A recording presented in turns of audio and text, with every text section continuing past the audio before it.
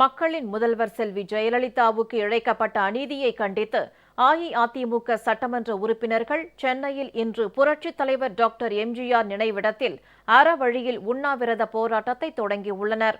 இந்த போராட்டத்தில் சமத்துவ மக்கள் கட்சி, கொங்கு இளைஞர் பேரவை, இந்திய குடியரசுக் கட்சி, தேமுதிக சட்டமன்ற உறுப்பினர்களும் பங்கேற்றுள்ளனர்.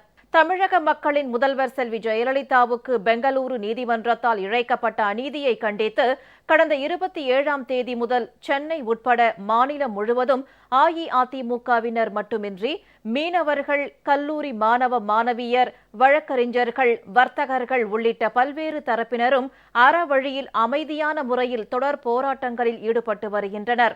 மக்களின் முதல்வர் செல்வி ஜெயலலிதாவுக்கு இழைக்கப்பட்ட அநீதியை கண்டித்தும் தமிழக மக்களின் உணர்வுகளை பிரதிபலிக்கும் வகையிலும் டெல்லி நாடாளுமன்ற வளாகத்தில் அஇஅதிமுக நாடாளுமன்ற உறுப்பினர்கள் நேற்று முன்தினம் உண்ணாவிரத போராட்டத்தில் ஈடுபட்டனர்.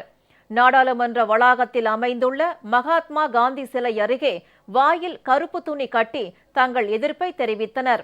மக்களின் முதல்வர் செல்வி ஜெயலலிதாவுக்கு ஆதரவாக பதாகைகளை ஏந்தி அவர்கள் இப்போராட்டத்தில் கலந்து கொண்டனர்.